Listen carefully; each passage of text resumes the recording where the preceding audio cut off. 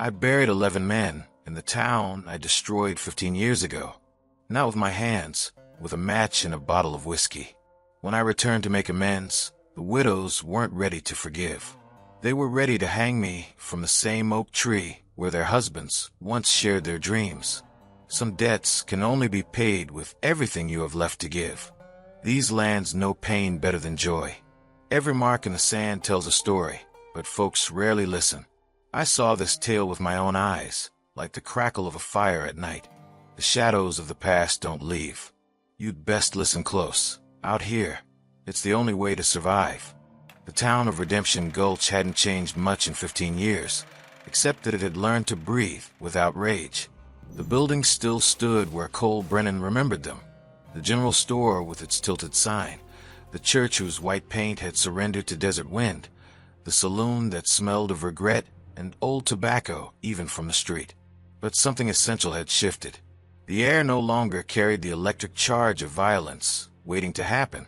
It had settled into something quieter, more dangerous. The patience of people who'd learned to wait for justice. Cole rode in at midday when the sun turned shadows into knives and dust into golden smoke.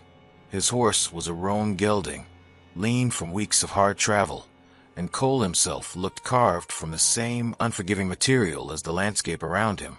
15 years had added gray to his temples and lines around his eyes, the kind that come from squinting into horizons that never get closer. He wore no gun on his hip, which was the first thing people noticed. In Redemption Gulch, a man without a weapon was either a fool or someone making a statement. Cole Brennan was making a statement.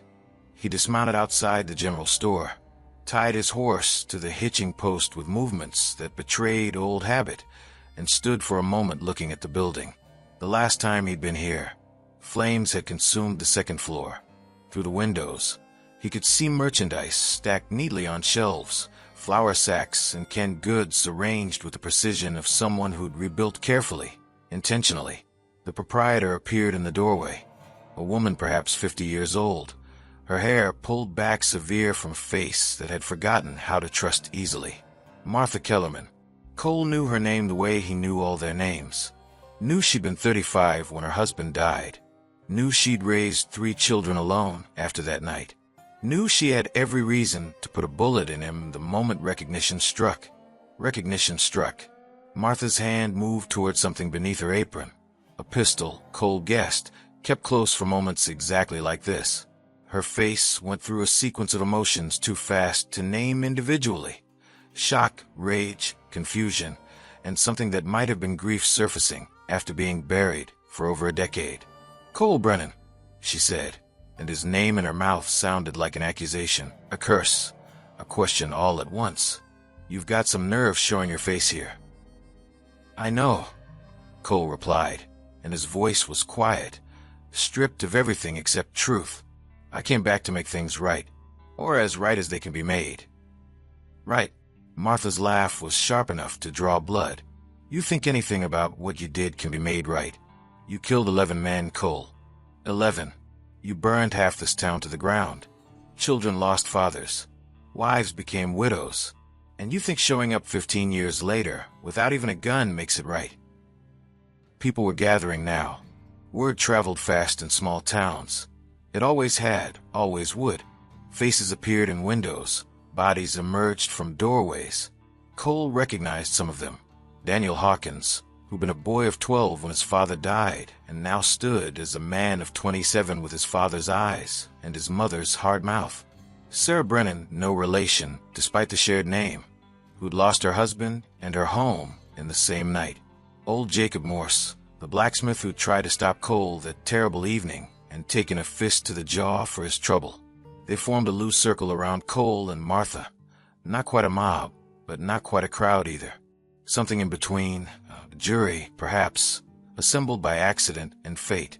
"I don't expect forgiveness," Cole said, raising his voice slightly so everyone could hear.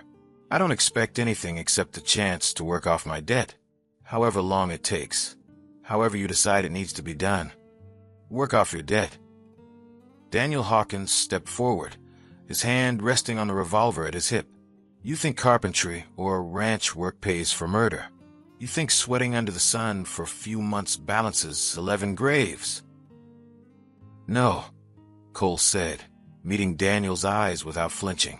I think a lifetime might not balance it, but a lifetime is all I've got to offer. Silence settled over the street like dust after a windstorm. Cole could feel the weight of their collective gaze, measuring him, judging him, trying to reconcile the man standing before them with the monster they'd constructed in their memories. 15 years was a long time to hate someone. Long enough that hate could calcify into something permanent, or long enough that it could crack and reveal what lay beneath. Martha spoke first, her voice carrying an edge that could cut stone. Why now? Why come back after all this time? Cole had known this question would come. He'd rehearsed answers during the long ride, discarded most of them as insufficient or dishonest. What remained was the truth, stripped bare and ugly. Because I've been running for 15 years, he said, and I'm tired. Tired of waking up in towns where nobody knows my name, but I can't escape what I did. Tired of carrying 11 ghosts everywhere I go. Tired of being the man I became that night. He paused, choosing his next words carefully. I can't undo what happened. Can't bring back the dead, but I can stop running. I can face what I did and let you decide what that means. It means a noose. Someone called from the crowd. Cole couldn't identify the speaker, but the sentiment rippled through the assembly like wind through wheat. Others nodded, murmured agreement. Jacob Moore stepped forward, his blacksmith's hands scarred and massive. The law says you hang, Brennan. Judge Carver sentenced you to death in absentia. That sentence still stands. Then I'll hang, Cole said simply, if that's what justice requires. The words hung in the air like smoke. Cole meant them. That was the terrifying part. He'd made peace with dying on the ride to Redemption Gulch, had written letters to people who mattered, settled what few affairs a man on the run could settle. If the rope was what these people needed to find peace, he wouldn't fight it. But Martha surprised him. She lowered her hand from beneath her apron, stepped closer to Cole, and studied his face with an intensity that made him want to look away. He didn't.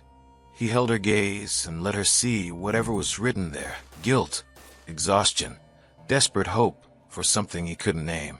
A man ready to die is either at peace or empty, Martha said quietly. Which are you? Empty, Cole admitted, but hoping to fill the space with something better than what I've been carrying. Martha turned to address the crowd. Hanging him is easy, quick. It gives us satisfaction for maybe an hour, maybe a day. Then it's done, and we're left with 12 graves instead of 11, and nothing changed except we've added our own violence to his. He deserves violence, Daniel Hawkins said, his voice tight with emotion. He gave us violence. Why shouldn't we return it? Because we're not him, Martha replied, and something in her voice carried authority that silenced further protest. We're not the people who destroy. We're the people who rebuilt, who survived, who refused to let his evil define us. She looked back at Cole. If he's willing to work, let him work. Let him see every day what he destroyed and what we built from the ashes. Let him carry that weight until it breaks him or changes him. Either way, we'll have more justice than a quick rope can give. The crowd murmured, divided. Some nodded slowly, convinced by Martha's logic. Others shook their heads, unwilling to let go of the cleaner resolution that execution promised. The debate would have continued, might have turned ugly, except that a new voice cut through the tension. He killed my father. Everyone turned to see Emma Hawkins, Daniel's younger sister, now a woman of 24, standing in the doorway of the church. He destroyed my childhood. I grew up without a father because Cole Brennan decided one night that his rage mattered more than 11 lives. Cole's throat tightened. Emma had been 9 years old that night. He remembered her screaming as flames consumed her home, remembered her father dying trying to save his family's possessions. The memory was acid in his veins. Emma walked toward Cole with deliberate steps, and the crowd parted for her. When she stood directly in front of him, so close he could see the flecks of gold in her brown eyes, she spoke again, quieter this time. I want to hate you, she said. I've practiced hating you for 15 years. Built entire speeches in my head about what I'd say if you ever came back. But standing here now, looking at you." She trailed off, searching for words. "You look like a man who's already been punished. Like you've been carrying your own noose for years." "I have," Cole whispered. Emma studied him for a long moment, then turned to the crowd. "If we hang him, we end his suffering. Is that what we want? To give him the easy way out?" The question shifted something in the assembly's mood. Faces that had been set in anger began to show uncertainty, calculation. Martha was right. Hanging was clean simple. But watching Cole Brennan work off his dead day after day, year after year, forcing him to witness what he destroyed and help rebuild it, that carried a different kind of justice. A harder kind. 1 year. Martha said suddenly, decisively. "He works for 1 year. We'll decide then if his debt is paid or if the rope still waits. If he runs, we hunt him down and finish what should have been finished 15 years ago." Agreed. The crowd murmured, debated, but slowly consensus formed. 1 year. A test. A chance, not for redemption, necessarily, but for something. Cole would work under their watch, under their judgment, and at the end of that year they'd reconvene and decide his fate. Daniel Hawkins was the last to agree, and he did so with visible reluctance. 1 year, he said, pointing at Cole. "But if you step wrong even once, if you give me any reason to think you're the same man who destroyed this town, I'll put a bullet in you myself and sleep sound doing it." "Understood," Cole replied. As the crowd dispersed slowly, reluctantly, Cole released a breath he hadn't realized he'd been holding. He'd expected death when he rode into Redemption Gulch. Instead, he'd been given something infinitely more terrifying. The chance to live with what he'd done and try to make it mean something other than pure destruction. Martha approached him as the street emptied. "You'll work for me first," she said, all business now. "General store needs repairs. Inventory needs organizing. Deliveries need making. You'll sleep in the storage room. Eat what I provide, and you'll do it without complaint." "Clear, clear," Cole agreed. "And Cole," Martha's voice softened slightly, though her expression remained hard, "don't mistake this for forgiveness. This is just us deciding you're worth more alive and working than dead and buried. The real test starts tomorrow." That night, Cole lay on a bedroll in the storage room behind Martha's store, surrounded by flour sacks and canned goods, and stared at the ceiling. Through the thin walls, he could hear the town settling into sleep. Dogs barking, distant voices, the creak of wood adjusting to the cooling night air. Familiar sounds from 15 years ago, yet utterly foreign now. He'd been given a year to prove he was something other than the monster in their memories.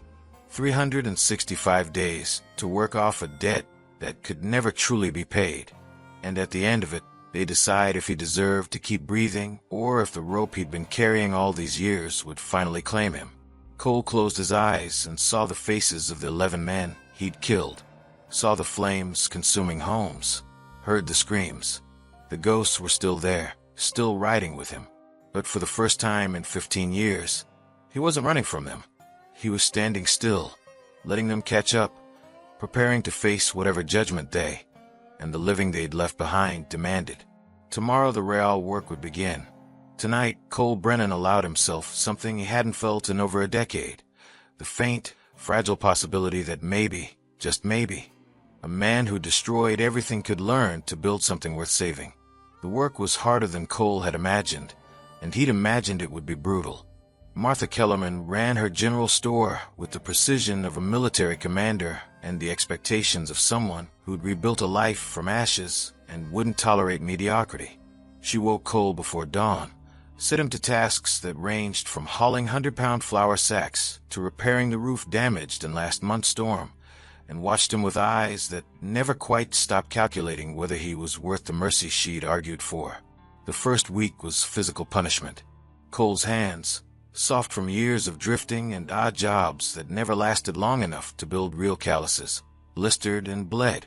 His back, unaccustomed to the constant lifting and bending, seized into knots that made sleeping difficult. Martha showed no sympathy, offered no comfort. When Cole went loading supplies onto a wagon, she simply reminded him that her husband had died in agony, buried under burning timber, and perhaps Cole would like to compare suffering. He didn't complain, didn't ask for easier work or shorter hours. Every ache was penance, every blister a small payment against an unpayable debt. The townspeople watched him constantly. Not obviously. They were too proud for that. But Cole felt their eyes tracking his movements whenever he made deliveries or worked on the store's exterior. Conversations stopped when he approached, resumed in whispers after he passed. Children were pulled close by protective mothers. Men positioned themselves between Cole and their families, hands resting casually on gun belts, ready for violence if this reformed outlaw proved unreformed. Daniel Hawkins watched most closely of all. The younger man had taken a job at the lumber mill specifically to be nearby when Cole made his weekly delivery to Martha's store. He'd positioned himself where Cole had to walk past, his expression a mixture of rage barely contained and grief that had calcified into something harder than stone. They never spoke during these encounters, but Cole felt the weight of Daniel's hatred like a physical presence, pressing against his chest, making breathing difficult. On the 8th day, Cole made his first delivery to Sarah Brennan's ranch outside town. She raised horses now, had built a business from nothing after her husband died and her home burned. Her ranch was modest but well-maintained, the kind of place that spoke of hard work and careful planning. When Cole arrived with supplies she'd ordered, Sarah met him at the gate with a rifle across her arms. "Set the goods there," she said, gesturing to a spot 10 feet from where she stood. "Don't come closer." Cole did as instructed, moving slowly, keeping his hands visible. When he'd unloaded the wagon, he stepped back and waited. Sarah made no move to collect the supplies or lower the rifle. "I remember you," Sarah said, her voice carrying across the distance between them. "You were different then. Younger, angrier. You came into town looking for someone. I never learned who. And when you didn't find them, you decided everyone would pay for your disappointment." "I was drunk," Cole said quietly, "and stupid, and convinced the world owed me something it didn't. So you took it anyway. Took lives. Took futures. Took my husband from me because he was standing in the wrong place when you decided to burn everything down." Sarah's grip on the rifle tightened. "You know what the hardest part was? Not the grief. Grief is clean, understandable. It was the randomness. Thomas wasn't your enemy. Wasn't even involved in whatever imagined slight sent you on your rampage. He was just there, and that was enough for you." Cole had no defense to offer, no words that could reshape that truth into something less damning. Sarah was right. Her husband had died because Cole, drunk and enraged over a poker game gone wrong, and a woman who'd rejected him, had decided that if he couldn't have what he wanted, no one would have anything. "I'm sorry," Cole said, knowing the words were insufficient, offering them anyway because silence felt like cowardice. "Sorry." Sarah tasted the word like poison. "Tell me, Cole Brennan, when you were running for 15 years, living free while Thomas rotted in the ground, were you sorry then? Or did sorry only arrive when you got tired of running?" The question hit like a fist. Cole wanted to claim he'd been sorry from the first moment, that remorse had driven him away. But honesty demanded he acknowledge the uglier truth. For the first few years, he'd convinced himself the town had deserved it, that they'd pushed him to violence. Only gradually, as time and distance gave him perspective, had he begun to see himself clearly, to understand that he hadn't been a victim responding to injustice, but a destroyer acting out of petty rage. "No," Cole admitted. "I wasn't sorry at first. I blamed everyone except myself. Took me years to see what I really was." Sarah lowered the rifle slightly, not much, just enough to suggest she'd heard something she hadn't expected. "At least you're honest. Most men who do evil spend their whole lives justifying it, turning themselves into heroes of their own stories." She paused, studying him. "Martha says you came back to make amends. Is that true, or are you just looking for absolution?" "I don't know the difference anymore," Cole confessed. "Maybe they're the same thing. Maybe I'm selfish enough that even my penance is about me feeling better rather than actually helping anyone. Probably, Sarah agreed. But self-aware selfishness is better than the blind kind. At least you know what you are. She finally lowered the rifle completely, though she kept it close. You can go. Deliveries go at the gate from now on. Don't expect we'll ever be friendly. Don't expect I'll forget what you took from me. But, she hesitated, choosing her next words carefully. If Martha thinks you're worth the trouble of reform, maybe there's something there. She's a better judge of character than most. As Cole drove the wagon back toward town, Sarah's words echoed in his mind. Self-aware selfishness. Was that all this was? Had he come back not to genuinely help the people he'd hurt, but to ease his own guilty conscience? The question gnawed at him, uncomfortable and persistent. That evening, after finishing his work at the store, Cole walked to the town cemetery. He'd been avoiding it, afraid of what he'd feel standing among the graves of the men he'd killed. But avoidance was its own form of cowardice, and Cole was trying, struggling, failing, but trying, to be something other than the coward who'd run for 15 years. The cemetery sat on a hill overlooking Redemption Gulch, surrounded by a low stone wall and iron gate that creaked when Cole pushed it open. The graves were arranged in neat rows, most marked with simple wooden crosses or modest headstones. Cole found the section he was looking for in the northwest corner.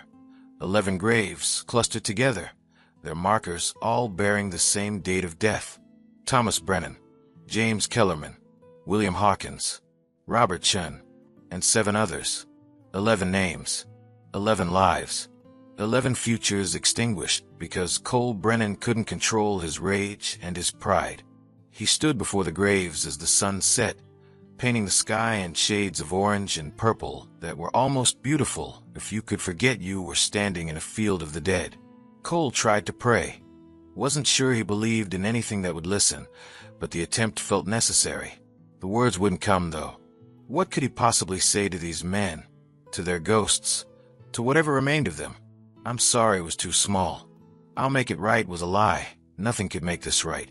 I'm trying to be better was pathetic, self-centered. So Cole stood in silence, letting the weight of what he'd done press down on him until his knees buckled and he found himself kneeling in the dirt between the graves. Tears came then, hot and unexpected, the first he'd shed in years. Not tears of self-pity, but of genuine grief for lives he'd stolen, for children who'd grown up without fathers, for women who'd learned to be widows because of his selfish violence. He didn't hear Emma approach until she spoke. They deserve better than your tears. Cole looked up to see her standing a few feet away, her arms crossed, her expression unreadable in the fading light. He wiped his face roughly, started to stand, but Emma gestured for him to stay where he was. Don't get up on my account, she said, moving closer. She carried flowers, wildflowers gathered from the hills, their colors muted in the twilight. She knelt beside her father's grave and placed the flowers carefully at the base of his headstone. I come here every week, Emma said, not looking at Cole. Have since I was old enough to walk here alone. At first it was because I wanted to remember him, was afraid I'd forget his voice, his laugh. Then it became habit. Now, she trailed off, touching the headstone with gentle fingers. Now I come because it's the only place where I can talk to him, where I can tell him about my life and pretend he's listening. Cole remained silent, unsure if she was speaking to him or just speaking. I wanted you to suffer, Emma continued. When Martha suggested we let you work instead of hanging, part of me was furious. Thought she was being weak, letting sentiment override justice. But then I thought about what suffering actually means. She finally looked at Cole. Dying is easy, quick. You stop existing, and whatever pain you carried stops with you. But living with what you've done, waking up every day and facing the people you've hurt, that's harder. That's real suffering. I know, Cole said quietly. Do you? Emma's voice sharpened. Because it's only been 8 days, Cole. You've got 357 more. 357 days of seeing our faces, hearing our pain, being reminded that you're the cause of it. Can you really endure that? Or will you run again when it gets too hard? "I don't know," Cole admitted. "I want to say I'll stay, that I'll see this through. But I've broken enough promises to know mine aren't worth much." Emma studied him for a long moment, her expression softening slightly. "At least you're honest. Most people would make grand promises they have no intention of keeping." She stood, brushing dirt from her skirt. "My father was a good man. Strong. Kind. He worked hard, loved his family. Never hurt anyone who didn't have it coming. And you killed him because you were drunk and angry and too much of a coward to deal with your feelings like an adult." Each word was a knife, precisely placed, designed to cut deep. Cole accepted them, didn't flinch away. This was part of his penance, hearing the truth spoken plainly, without mercy or gentleness. But Emma continued, and that single word carried unexpected weight. He also believed people could change. "Used to tell me that every person carries both a monster and a saint inside them, and which one wins depends on which one you feed." She looked down at Cole, still kneeling among the graves. "So here's my question. Which one are you feeding now?" Cole thought about the question as Emma walked away, her silhouette fading into the gathering darkness. Which was he feeding? The monster that had destroyed this town, or the possibility of something better? He didn't have an answer. Not yet.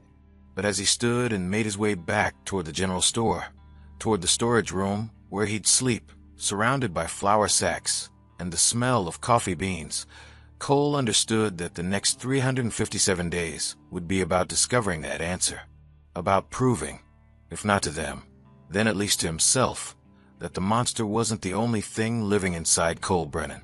That night, lying in the dark, Cole heard sounds from the street outside.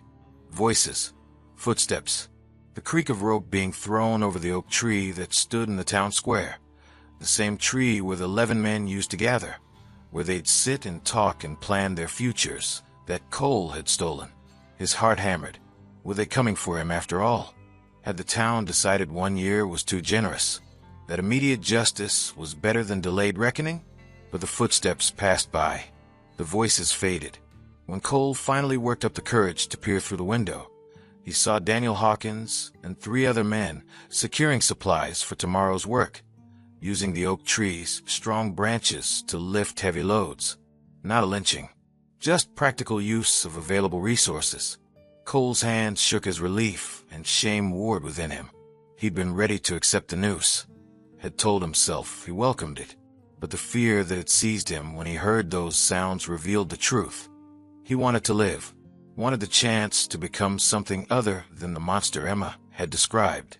The question was whether wanting it would be enough, whether 357 more days would transform him into someone worthy of that second chance, or just reveal that some men are too broken to be fixed, too damaged by their own evil to ever build anything good. Cole returned to his bedroll and closed his eyes, knowing sleep would be difficult, hoping that tomorrow would bring him one day closer to an answer he could live with. The first month passed in a blur of physical labor and emotional exhaustion. Cole worked from dawn until long after dark, repairing buildings damaged in the fire he'd set 15 years ago, hauling supplies, helping with harvests on the farms surrounding Redemption Gulch. Martha paid him nothing, room and board in exchange for labor. She'd made clear, and even that was more generosity than he deserved. The townspeople began to relax slightly around him. Not trust. Trust would take far longer, if it ever came at all, but cautious acceptance that he wasn't actively dangerous. Children no longer fled when he approached. Women no longer clutched their husbands' arms when Cole walked past. It was a fragile peace, built on the foundation of his consistent, unprotesting labor and the town's desperate need for extra hands as they prepared for the coming winter. But Daniel Hawkins never relaxed, never stopped watching, never let Cole forget, even for a moment, that one wrong move would end everything. The breaking point came on a cold October morning when Cole was helping repair the church roof. Father Michael, who'd arrived in Redemption Gulch 10 years ago and knew Cole only through stories, had enlisted his help to replace shingles damaged in a recent storm. The work was treacherous. The roof was steep, the ladder rickety, and the wind kept trying to tear the shingles from Cole's hands. Daniel appeared below, ostensibly to deliver lumber, but Cole knew the real reason.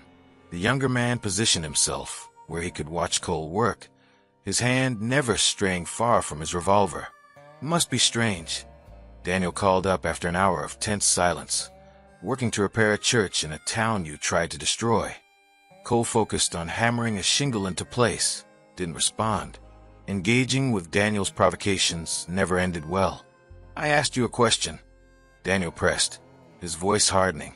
It's honest work, Cole finally replied, keeping his tone neutral. That's all I can offer. Honest work. Daniel laughed bitterly. You think hammering some nails makes you honest? You think sweating under the sun for a few weeks erases what you did? No, Cole said, pausing in his work to look down at Daniel. I don't think anything erases it. I'm not looking for erasure. Just something. Some way to carry it that doesn't crush me. You deserve to be crushed, Daniel shot back. You deserve to carry that weight until it breaks your back and puts you in the ground next to the men you killed. Cole set down his hammer carefully, mindful of the steep roof beneath him. You're right, I do deserve that. But I'm still here, still working, still trying. You can hate me for it, I understand that. But hating me won't bring your father back. Won't change what happened. It just poisons you. Makes you into something your father probably wouldn't recognize. The words were a mistake. Cole knew at the moment they left his mouth. Daniel's face went from angry to enraged, his hand dropping to his revolver, fingers closing around the grip. Don't you dare, Daniel said, his voice shaking with barely controlled fury. Don't you dare talk about my father. Don't you dare tell me what he would or wouldn't want. You don't have that right. You're right, Cole agreed quickly, raising his hands in a placating gesture. I'm sorry. That was out of line. But the damage was done. Daniel drew his revolver, not pointing it at Cole exactly, but holding it ready. A clear threat. Father Michael, who'd been working inside the church, emerged at the sound of raised voices. Daniel, the priest said calmly, positioning himself between the young man and the latter. Put the gun away. This isn't the answer. He killed my father, Daniel said, not lowering the weapon. Stood right there while our home burned. Watched while my mother screamed. And now he has the audacity to lecture me about what my father would want. I wasn't lecturing, Cole said carefully, still balanced precariously on the roof. I was speaking out of turn. It won't happen again. You're damn right it won't, Daniel replied, because you're going to get down from that roof, get on your horse, and ride out of Redemption Gulch. Today. Now. Before I decide Martha was wrong and the only justice is you dead. Father Michael stepped closer to Daniel, his voice dropping to a tone only the two of them could hear. Cole couldn't make out the words, but he watched their exchange, the priest speaking earnestly, Daniel shaking his head, his grip on the revolver never loosening. The conversation was interrupted by Martha's arrival. She must have been alerted by someone who'd witnessed the confrontation, because she came quickly, her expression set in the hard lines of someone prepared to enforce decisions already made. Daniel Hawkins, she said sharply, you put that gun away right now, or so help me I'll take it from you and explain to your mother why her son is acting like a child with a temper tantrum. Daniel turned to her, his expression a mixture of anger and desperation. He was talking about my father, telling me what my father would think. He doesn't get to do that, Martha. He doesn't get to invoke the man he murdered. No, he doesn't, Martha agreed. And if Cole was doing that, he was wrong and owes you an apology. But shooting him or driving him out of town isn't justice. It's just more violence, and we've had enough of that to last several lifetimes. Then what is justice? Daniel demanded, because I've been asking that question for 15 years, and I still don't have an answer. My father is dead.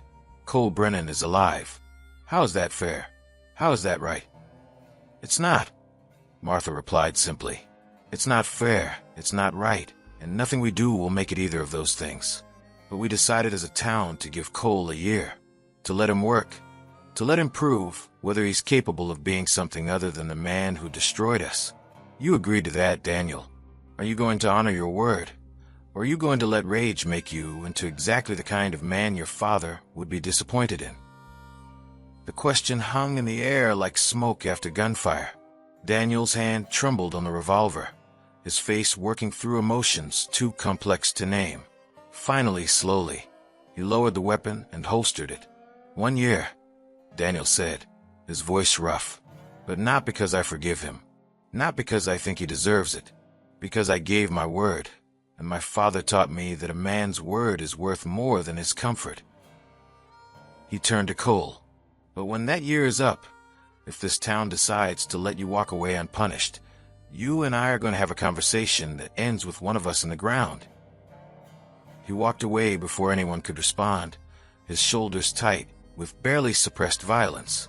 Father Michael sighed and turned to Cole, who'd remained frozen on the roof through the entire exchange. You can come down now. The immediate danger has passed.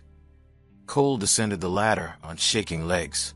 When he reached the ground, he found himself face to face with Martha, her expression unreadable.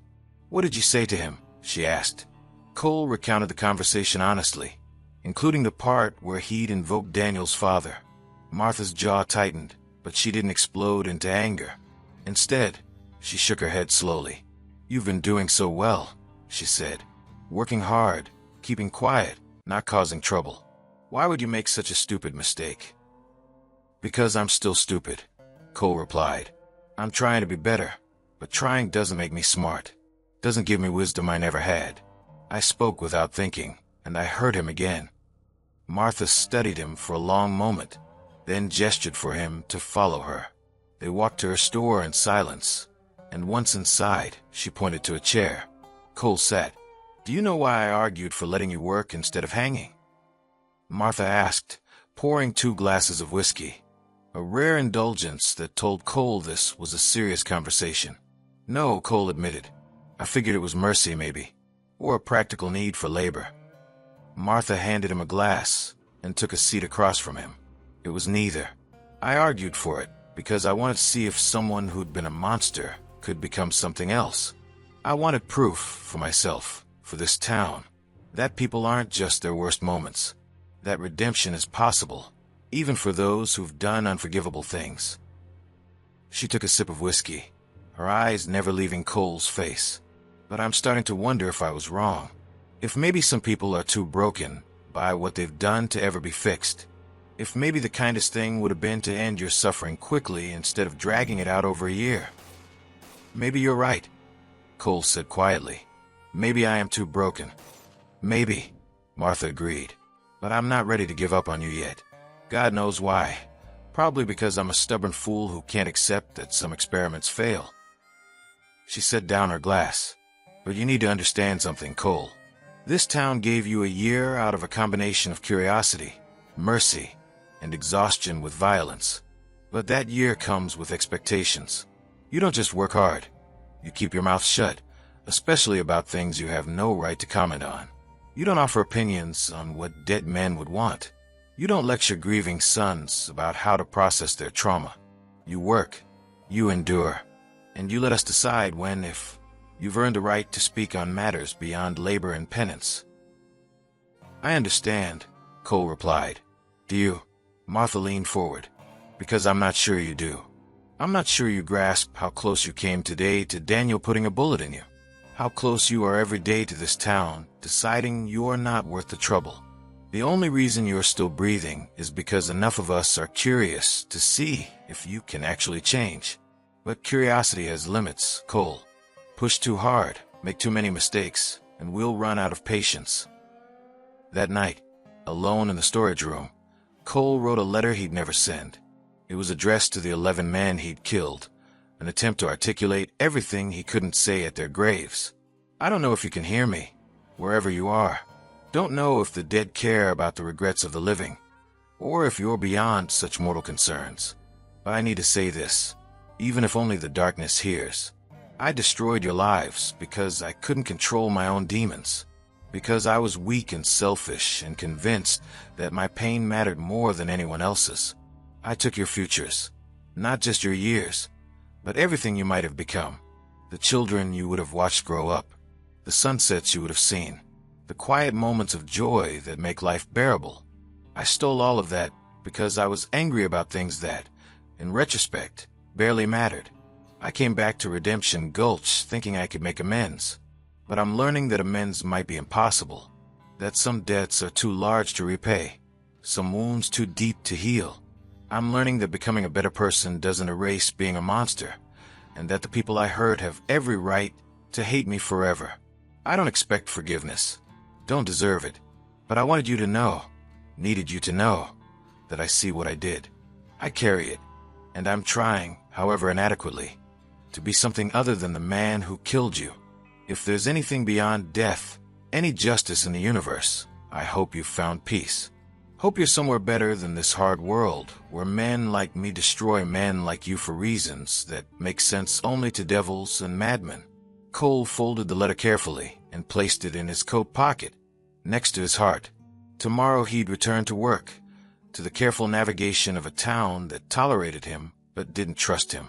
He'd keep his mouth shut, as Martha advised, would endure Daniel's hatred and Emma's skepticism and his own crushing awareness that he might be attempting the impossible. But tonight, in the darkness of the storage room, Cole allowed himself to believe, just for a moment, that becoming someone worthy of a second chance might still be possible, even for a man who'd thrown away his first chance in an explosion of selfish violence. The ghosts of 11 men stood in the corners of the room, watching. Cole felt their presence, welcomed it. They deserved to haunt him, deserved to never let him forget. And maybe, if he could endure their haunting for the next 326 days, he'd emerge as something other than a monster. Or maybe he'd just confirm what Daniel believed, that some men are too stained by their sins to ever be clean, and that mercy toward them is just weakness dressed in noble language. Time would tell, and Cole had nothing but time. Winter arrived in Redemption Gulch like a fist, sudden and brutal. Snow buried the valley 3 feet deep, transforming familiar landscapes into alien terrain where every journey became treacherous and every mistake potentially fatal. The town pulled inward, families huddling close to fireplaces, livestock brought into barns, supplies carefully rationed against the long months until spring. Cole's work changed with the season. Instead of outdoor repairs, he found himself inside, helping Martha organize inventory in her store, assisting Father Michael with church maintenance, chopping wood for widows whose late husbands had once performed that task.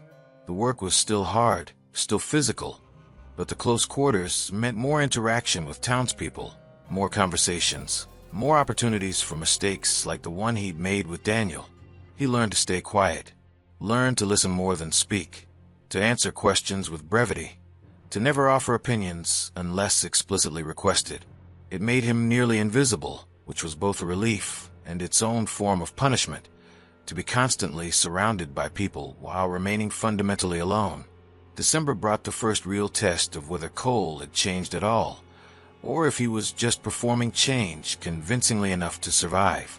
The winter storm hit without warning, a blizzard that turned day into twilight and made the 10-foot walk from house to barn feel like a journey across continents. Cole was at Martha's store when it began, helping organize supplies before the storm made travel impossible. As the wind picked up and snow began falling in sheets so thick you couldn't see across the street, Martha made a decision. "You're staying here tonight," she said, not making it a question. "The boarding house is too far in this weather. You'll freeze before you make it halfway."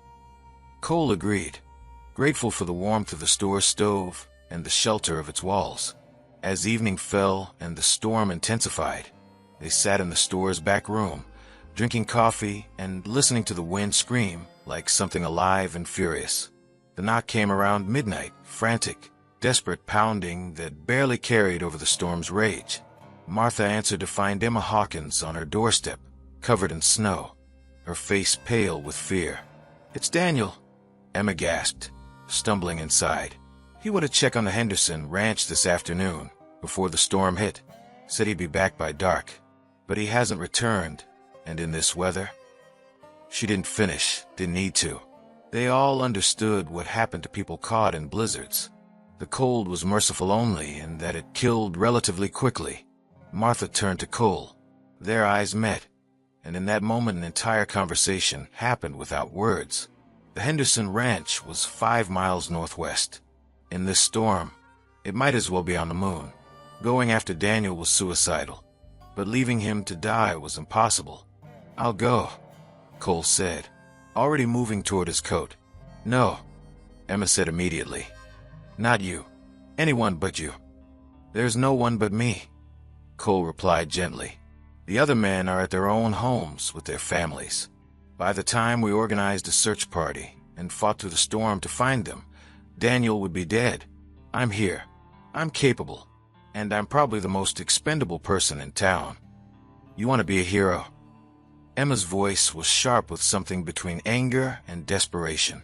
"You think saving Daniel erases what you did?" "No," Cole said, pulling on his heaviest coat. "But I think letting him die when I could try to save him makes me the same monster I was 15 years ago. I can't undo the past, Emma. Can only try to be better in the present." Martha placed her hand on Cole's arm. "You go out in that storm. You might not come back." "I know. Why would you risk your life for a man who hates you, who's promised to kill you the moment this year is up?" Cole looked at both women, Emma, who'd lost her father to his violence, and Martha, who'd lost her husband. 2 lives he'd destroyed. 2 people who had every reason to want him dead. And here they were, actually concerned about his survival. "Because it's the right thing to do," Cole said simply. "And because maybe doing the right thing enough times eventually makes you a right person." He left before either could argue further, stepping out into the storm with nothing but a lantern, a rope to serve as a lifeline, and the faint hope that he'd survive long enough to maybe, possibly, find Daniel Hawkins. The storm was worse than Cole had imagined. The wind drove snow into his face like frozen needles, and within minutes he'd lost all sense of direction. The lantern was useless, its light swallowed by the swirling white chaos. Cole tied one end of his rope to Martha's porch railing and kept the other around his waist, a thin connection to safety that would guide him back if he survived, but failed to find Daniel. He pushed forward, trying to remember the route to Henderson's ranch. Northwest from the store meant past the church, then following the creek. Except the creek was buried under snow, and the church was invisible in the blizzard. Cole navigated by feel and instinct, aware that every step could be taking him further from rescue and closer to death. He found Daniel purely by accident, nearly stepping on the younger man where he'd collapsed against a fallen tree. The horse Daniel had been riding was nowhere to be seen, probably fled back to town or died somewhere in the storm. Daniel himself was barely conscious, his lips blue, his body shaking with violent tremors. "Leave me," Daniel mumbled when Cole knelt beside him. "Don't want your help." "Too bad," Cole replied, pulling Daniel upright with strength born of desperation. "You're getting it anyway." The trip back was a nightmare. Cole half-carried, half-dragged Daniel through snow that seemed determined to swallow them both. The rope served as their salvation, a thin line connecting them to life and warmth and survival. Cole followed it hand over hand, pulling Daniel along, ignoring the younger man's protests, his own body screaming with exhaustion and cold. They collapsed onto Martha's porch an eternity later, probably only an hour, but time had ceased meaning anything except the next step, the next pull on the rope, the next breath drawn into lungs that burned with frozen air. Martha and Emma pulled them inside, and the next hours were a blur of warmth slowly returning, fingers and toes painful as frozen flesh thawed, whiskey and coffee, and Martha's sharp commands as she worked to prevent frostbite from claiming digits and limbs. Cole woke at dawn to find himself wrapped in blankets before the store stove. Across the room, Daniel lay similarly bundled, his eyes open and fixed on Cole with an expression too complex to name. "You came after me," Daniel said, his voice hoarse. "Why?" Cole considered lying, offering some noble explanation that would make him sound less broken than he was. But he'd learned over these months that honesty, however uncomfortable, was the only currency he had that held any value. "Because leaving you to die would have been easy," Cole replied, "and I've taken the easy way too many times. Wanted to see if I could choose the hard thing, saving someone who hates me, just because it was right." Daniel was silent for a long moment, staring at the ceiling. His fingers worked beneath the blankets, clenching and unclenching, as if wrestling with something painful. When he finally spoke, his voice carried a weight that hadn't been there before. Not forgiveness, but the first crack in the armor of his hatred. "I still hate you," Daniel said, "for what you did, for my father, for the childhood you stole from me and Emma. That doesn't change." "I know," Cole replied quietly. "But—" Daniel turned his head, meeting Cole's eyes for the first time, without pure rage burning in his own. "Hating you is easier when you're the monster in my memories. When you're just a drunk outlaw who burned my life down. It's harder when you're the man who nearly died saving me from my own stupidity." Cole said nothing, letting Daniel work through whatever he needed to say. "I went to Henderson's ranch because I was angry," Daniel continued. "Angry at you for still being here, still breathing, still having chances my father never got. Thought if I worked hard enough, pushed myself hard enough, I could outrun that anger. But you can't outrun feelings. They follow you into every storm." He paused, his jaw tight. "When I collapsed in the snow, convinced I was going to die, you know what I thought about?" "No, I thought about my father, about what he'd say if he could see me. Consumed by hate, making reckless decisions, becoming bitter and hard, and I realized he wouldn't recognize me, wouldn't be proud of what I've become." Daniel's voice cracked. "You killed my father, Cole Brennan, but I let his death kill the person he raised me to be. So maybe we're both guilty of destroying something precious." The words hung between them like smoke, acrid and revealing. Martha, who'd been listening from the doorway, stepped into the room with 2 cups of coffee. She handed one to each man, her expression unreadable. "The storm's passing," she said. "By tomorrow the roads will be clear enough for people to travel. Daniel, your mother will be worried sick. Cole, there's work waiting." She looked between them. "Whatever understanding you two have reached, or haven't reached, will need to survive in daylight. Night conversations and storm shelters have a way of feeling profound until morning comes and reality returns." She was right, Cole knew. Daniel's softened hatred might harden again when warmth and safety made mercy seem less necessary. Gratitude for rescue could curdle into resentment that rescue had been needed. But for now, in this moment, something had shifted. Not forgiveness. Cole still didn't expect that, didn't deserve it. But perhaps a recognition that people were more complex than their worst acts, and that healing required more courage than vengeance ever did. Daniel left at first light, walking slowly through snow that sparkled in the weak winter sun. He paused at the door before departing, looked back at Cole, and gave a single nod. Acknowledgement, if not acceptance. It was more than Cole had hoped for. As the door closed behind Daniel, Emma approached Cole. She'd been silent through the night, watching, processing. Now she stood before him with an expression that mirrored her brother's complexity. "You could have died," she said simply. "I know. Why risk it? You owe us nothing except the debt of what you destroyed. Saving Daniel doesn't pay that debt." "No," Cole agreed, "but it meant I could look at myself in the mirror tomorrow and see something other than a coward who runs when things get hard." He paused, choosing his words carefully. "I'm not trying to buy forgiveness, Emma. I'm trying to become someone who doesn't need to be forgiven for new sins. It's a small distinction, maybe meaningless, but it's all I have." Emma studied him for a long moment, then did something unexpected. She reached out and placed her hand briefly on his shoulder. A gesture so quick it might have imagined, but solid enough that Cole felt its weight long after she'd withdrawn. 3 more months, she said. "The year is 2/3 done. We'll decide then if you've earned the right to keep breathing." She moved toward the door, then paused. "For what it's worth, my father would have gone into that storm too.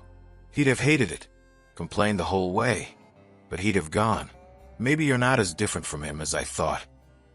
After she left, Cole sat alone in the quiet store, watching dust motes dance in the morning light. The storm had passed. Daniel was safe. And for the first time since returning to Redemption Gulch, Cole felt the faintest possibility that redemption might be something other than a fantasy. that a man who destroyed lives could, through enough hard choices and painful work, rebuild himself into something worth saving. The ghosts of 11 men still haunted him, still stood in corners, watching, judging. But maybe, Cole thought, they were watching to see if he'd succeed rather than waiting for him to fail. Maybe even the dead understood that punishment without possibility of change was just cruelty masquerading as justice. He returned to work that afternoon, chopping wood for the church, and every swing of the axe felt like a prayer, not for forgiveness, but for the strength to keep choosing the hard right thing over the easy wrong one, day after day, until the year ended and the town made its final judgment. Winter would last another 2 months. Spring would bring new challenges. But Cole Brennan had walked into a killing storm and emerged carrying a man who hated him, and that had to count for something, even if it counted for nothing more than proof that he was trying. Spring arrived in Redemption Gulch like forgiveness, slowly, uncertain, bringing life back to frozen ground one hesitant shoot at a time. The snow melted into rushing creeks, the hills turned green, and the town emerged from its winter isolation with the relieved energy of people who'd survived another hard season. For Cole Brennan, spring meant something else entirely, the approach of his final judgment. 358 days had passed since he'd ridden into town expecting a noose. 358 days of labor, silence, small acts of service, and the constant weight of 11 ghosts watching his every move. Now, with only a week remaining in his year of probation, the town prepared to decide his fate. Martha called a town meeting for the following Sunday. After church services, she'd announced, so that God could have his say before the people had theirs. The week leading up to that meeting was the longest of Cole's life. Longer than the 15 years he'd spent running. Longer than the night he'd spent in the storm, saving Daniel. Every minute stretched into an eternity of waiting, wondering, preparing himself for whichever verdict the town delivered. He worked those final days with an intensity born of desperation, as if enough hours of labor might tip the scales in his favor. He repaired Mrs. Chen's fence, replaced shingles on the schoolhouse, helped old Jacob at the blacksmith shop.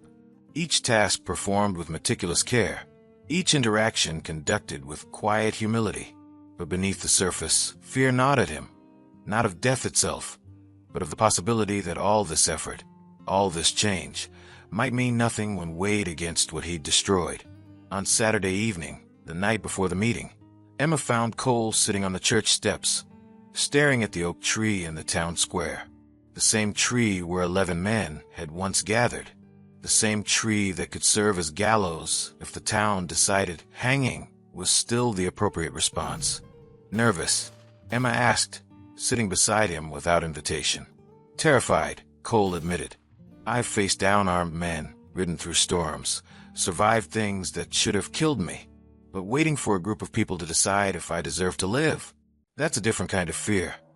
Emma nodded, pulling her shawl tighter against the evening chill. I've been thinking about tomorrow, about what I'll say when Martha asks for testimonies. And what will you say? Cole's voice was barely a whisper. I don't know yet. Emma looked at him, her expression contemplative. Part of me wants to stand up and list every way you've hurt us.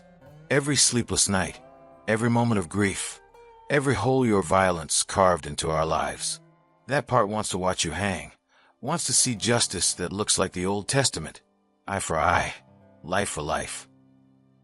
Cole said nothing, just waited. But there's another part, Emma continued, that remembers you walking into that storm when no one else would.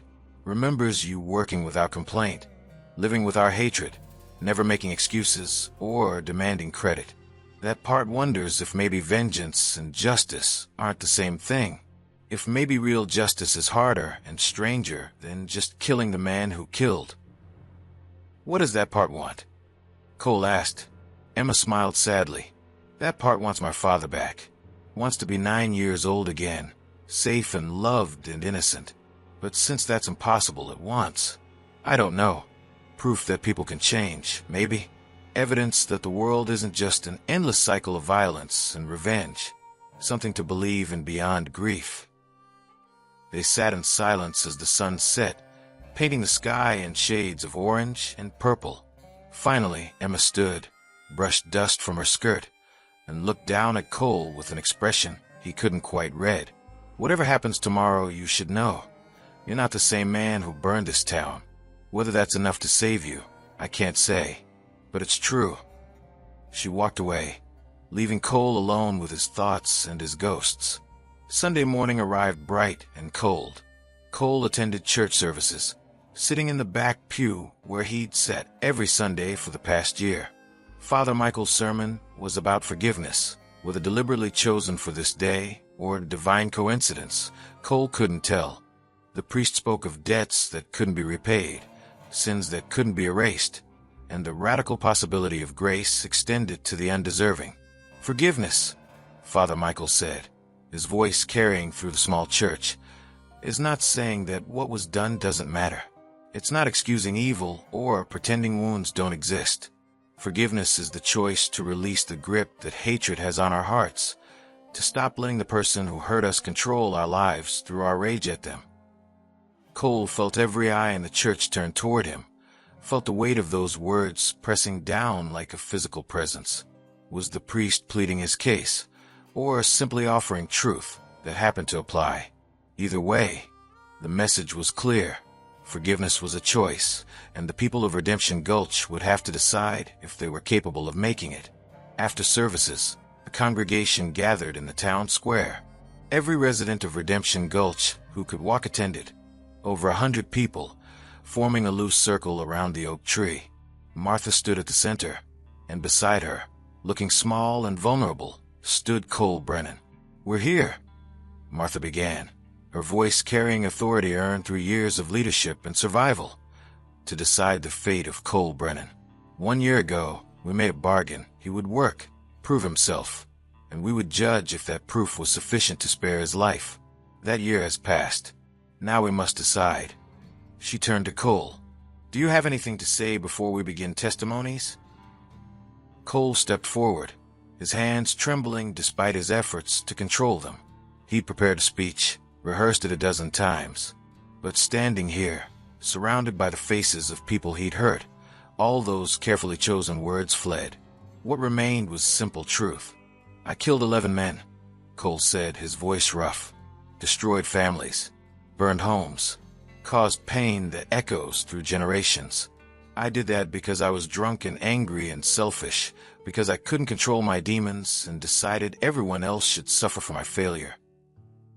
He looked around the circle, meeting eyes that ranged from hostile to curious to something that might have been compassionate. "I came back not because I thought I could make it right. Nothing makes this right. But because running from what I'd done was killing me slower than any noose could.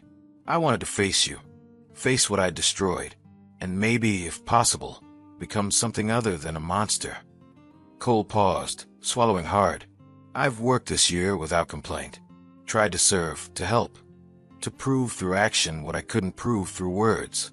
I don't know if it's enough. Don't know if any amount of work erases 11 murders. But I wanted you to know, whatever you decide today, I accept it. If you choose the rope, I won't fight it. If you choose exile, I'll leave and never return. And if somehow you choose mercy, I'll spend whatever years I have left trying to earn it." He stepped back, and Martha nodded. "Now we'll hear testimonies.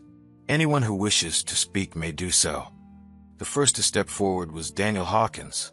The crowd murmured. Everyone knew about the storm, about the rescue. But Daniel's hatred for Cole had been so public, so visceral, that his testimony would carry enormous weight. "I've hated Cole Brennan for 15 years, Daniel said, his voice steady. "Hated him with a purity and completeness that became part of my identity. I was the son of the murdered man, the boy whose father burned. That hatred shaped every decision I made, every relationship I formed. It became who I was." He looked at Cole, and something complex flickered across his face. "And then this man, this murderer, walked into a killing storm to save my life. Risked death to rescue someone who'd promised to kill him. That single act didn't erase what he'd done, didn't bring my father back, didn't heal my childhood, but it forced me to see him as something other than pure evil, as someone capable of selfless courage, even if he was also capable of terrible violence." Daniel's hands clenched into fists. I don't forgive him. Can't. Maybe won't ever. I recognize that he's not the same man who killed my father. And I believe that killing who he is now won't balance killing who my father was. It'll just be more death, more grief, more families destroyed. So my testimony is this: let him live. Not because he deserves it, but because we're better than our worst impulses. He stepped back, and for a moment the square was silent. Then Emma came forward. Cole Brennan stole my childhood, she said simply. I grew up afraid, angry, convinced the world was a place where bad men did terrible things and got away with it. For 15 years, I've carried that belief like a stone in my chest. She looked at Cole with eyes that held tears, but also something harder, more resolved. But watching him this year, seeing him work without complaint, endure our hatred, choose the hard right thing over the easy wrong thing, I've learned something. I've learned that people are more complicated than their worst acts. That change is possible, even for those we've written off as irredeemable. Emma's voice strengthened. My father was a good man who believed in second chances. He'd have hated what Cole did, but he'd also have recognized genuine repentance when he saw it. So I speak for my father when I say, give him life. Let him continue working, continue serving, continue proving that redemption is real and possible. Because if it's not, if people can't change, then what hope is there for any of us? More testimonies followed. Sarah Brennan spoke of her continued pain, but her recognition that Cole's death wouldn't ease it. Old Jacob talked about justice versus vengeance. Father Michael offered theological perspective on grace and transformation. One by one, the people of Redemption Gulch spoke their truths, some calling for execution, others for exile, still others for continued probation. Finally, Martha raised her hand for silence. We've heard testimony. Now we vote. Those in favor of execution, raise your hands. Cole closed his eyes, unable to watch. He heard the rustle of movement, sensed hands rising, counted silently. 1, 2, 3, the numbers climbed, each one a nail in his coffin. 17, Martha announced. Those in favor of exile. More rustling. Cole still couldn't look. 23. And those in favor of allowing Cole Brennan to remain in Redemption Gulch, to continue his work and his probation indefinitely. The longest silence, then Martha's voice, carrying something that might have been relief. 58. The town has spoken. Cole Brennan, you are permitted to stay. Cole's knees buckled. He caught himself against the oak tree, his vision blurring with tears he'd forbidden himself during the entire year. Not tears of relief, though relief was there, but of overwhelming gratitude for mercy he hadn't earned and didn't deserve. Martha approached, her expression stern but not unkind. This isn't forgiveness, Cole. It's an acknowledgement that you've changed and a willingness to see what you become with more time. You'll continue working, continue living simply, continue proving every day that you're worthy of the chance we're giving you. Understood? Understood, Cole managed. Good. Martha's voice softened slightly. Welcome home, Cole Brennan. Don't make us regret this. As the crowd dispersed, people approached Cole with varying degrees of warmth. Some shook his hand stiffly, others nodded from a distance. Daniel and Emma stood together, watching him, and when Cole met their eyes, they both offered small, fragile smiles. Not friendship, not yet, but the beginning of something that might someday resemble peace. That night, lying in his room at the boarding house, Martha had finally allowed him to move out of the storage area. Cole stared at the ceiling and felt the weight of 11 ghosts settling into something different.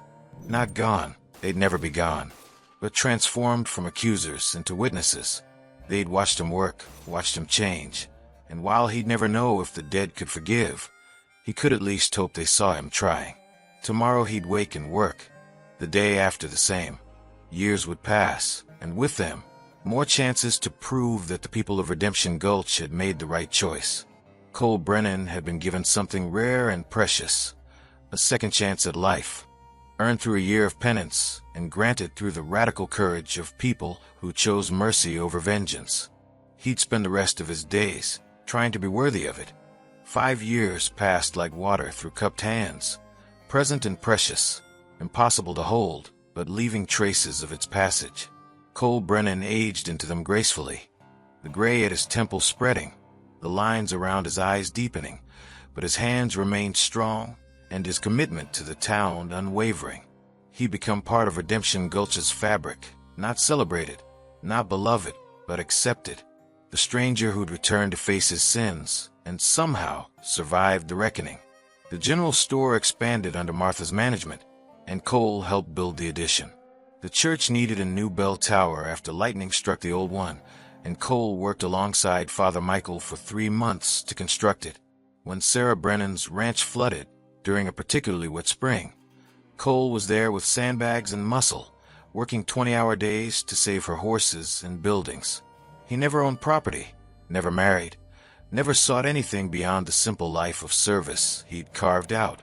Some thought it was penance that would never end. Others believed it was simply who he'd become, a man who'd found purpose in helping rebuild what he'd once destroyed. The true test came in the 5th year, on a scorching July afternoon, when 4 riders appeared on the ridge overlooking town. They came down slowly, deliberately, and something about their configuration, the way they spread out, the hands resting near weapons, sent warning signals through Cole's spine. He was working on the schoolhouse roof when he saw them, and the old instincts from his outlaw days kicked in immediately. These men were trouble. They rode into town with the casual arrogance of people accustomed to taking what they wanted. The leader was a man Cole recognized from his past, Jake Hollister, who'd ridden with Cole 15 years ago, who'd been there the night Redemption Gulch burned but had fled before justice arrived. Jake was older now, harder, with eyes that had seen and done terrible things in the intervening years. "Cole Brennan," Jake called out when he spotted Cole descending from a schoolhouse. "Heard you were here. Figured it was a rumor. Why would the man who burned this town come back? But here you are, playing carpenter like you're an honest citizen." Cole set down his tools carefully, aware that the town was watching. Daniel and Emma emerged from the general store. Martha appeared in her doorway. Old Jacob stepped out of his smithy with a hammer in hand. Everyone sensed the danger crackling in the air. "Jake," Cole said evenly, "it's been a long time." 15 years, Jake agreed, dismounting. His men did the same, forming a loose line behind him. 15 years of hard living while you apparently found yourself a cozy little arrangement here. Heard an interesting story about how you came back. Worked for a year, and they decided not to hang you. That true? It's true.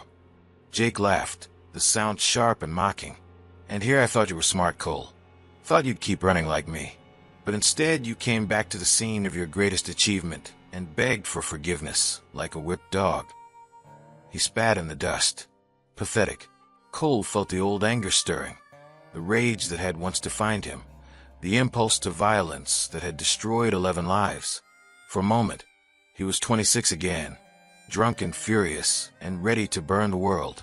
But then he breathed, centered himself, remembered who he'd become.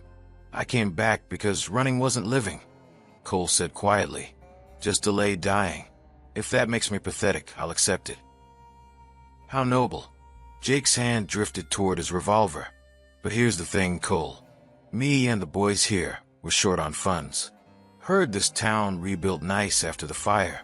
Figured we'd collect what we're owed for our part in creating their prosperity. Kind of a retroactive fee for urban renewal."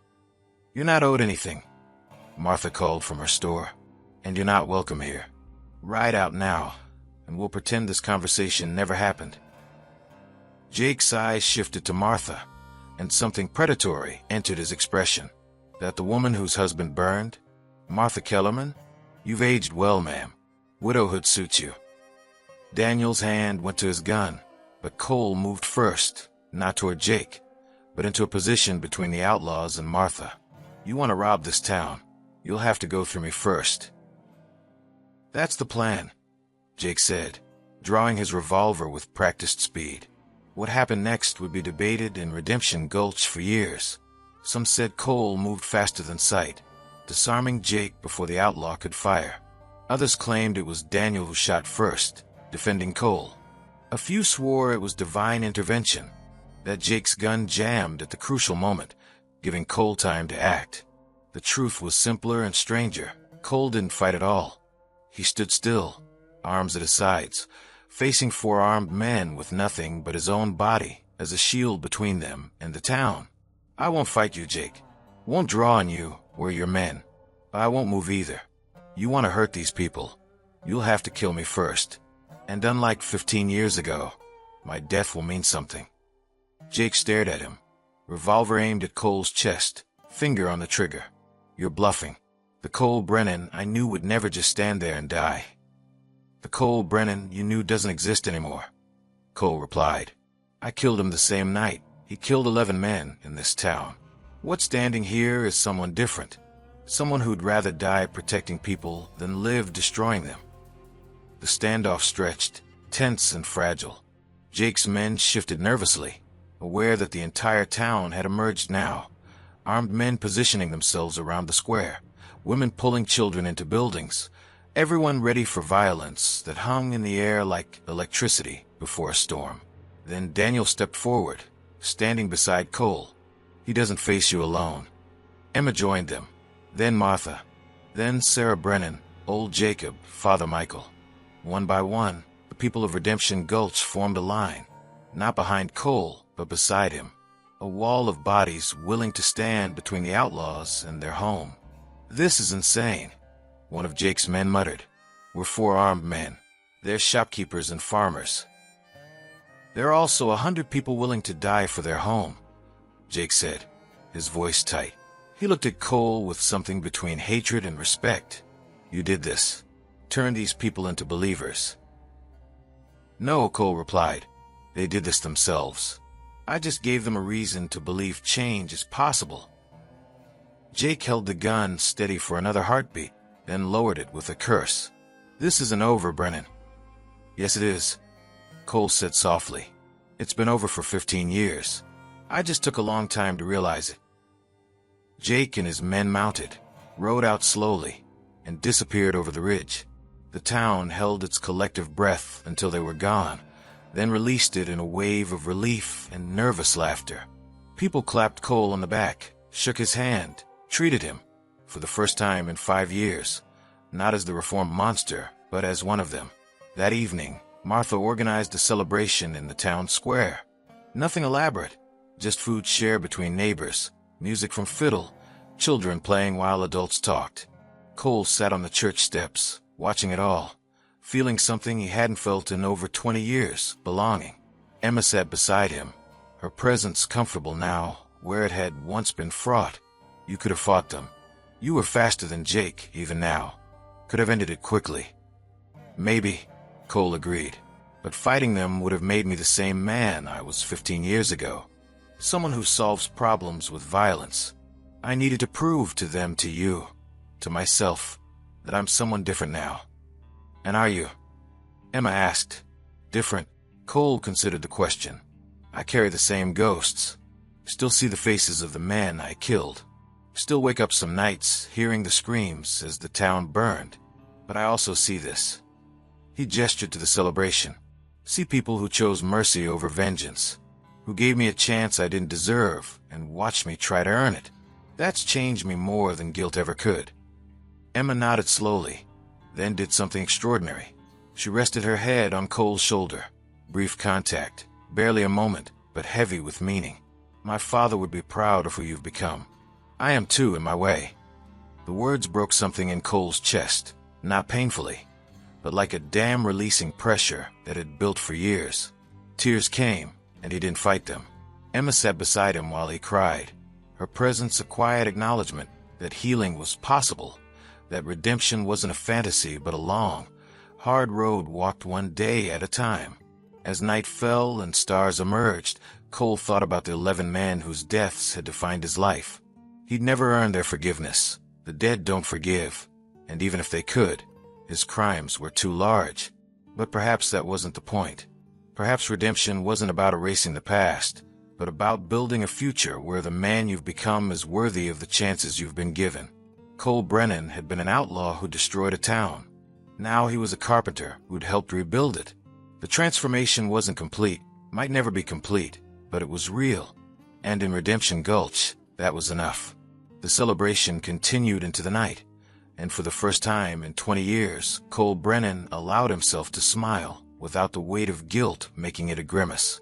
He was home, genuinely and possibly home, not because he'd been forgiven, but because he'd been given the space to become someone worth forgiving.